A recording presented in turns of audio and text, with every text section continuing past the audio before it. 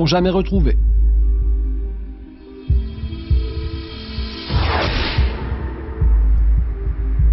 À Nice, Marie-Hélène a disparu il y a 17 ans.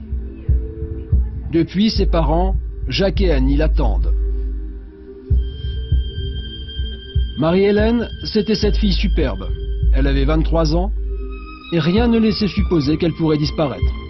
Pourtant, personne n'a jamais retrouvé ni son corps, ni sa voiture, ni ses papiers. La voilà, heureuse, dans les bras de... Elle l'aimait, il lui avait proposé de l'épouser, de lui faire un bébé, et comme toute femme amoureuse, elle y croyait. Représentante en pharmacie, Marie-Hélène n'est jamais revenue de sa tournée entre Monaco et Cagnes-sur-Mer. Malgré les années qui passent, Annie, sa mère, cherche toujours la vérité.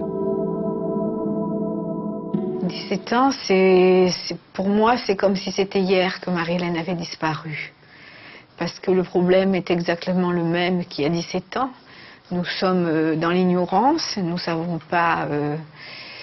Et c'est un long chemin qu'on ne peut souhaiter à personne. Pour retrouver leur fille, Jacques et Annie ont tout essayé. Dès les premières heures, nous avons recherché la voiture et ma femme même a fait des circuits en hélicoptère dans les endroits où on ne pouvait pas passer. En tout, ils dépensent 300 000 € pour tenter de retrouver une trace de leur fille. Ils participent à des dizaines d'émissions de télévision. 6 mois après la disparition de Marie-Hélène, Daniel Bilalian les reçoit dans l'émission Mardi Soir. Il n'y aurait qu'une personne à retrouver, qu'il faudrait tout mettre en œuvre pour la retrouver. C'était important pour vous, l'impact médiatique de ces émissions? Mais bien sûr, c'est toujours important, parce qu'on a l'espoir qu'un témoin va se manifester, on a l'espoir qu'on va avoir un élément qui va nous amener à relancer l'enquête et à connaître la vérité.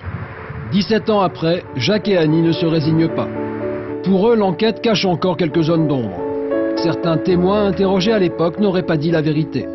Après de longues années, la justice a prononcé un non-lieu. Ce soir, ils ont rendez-vous avec leur avocat, Maître Jonquet, pour tenter de faire ouvrir le dossier.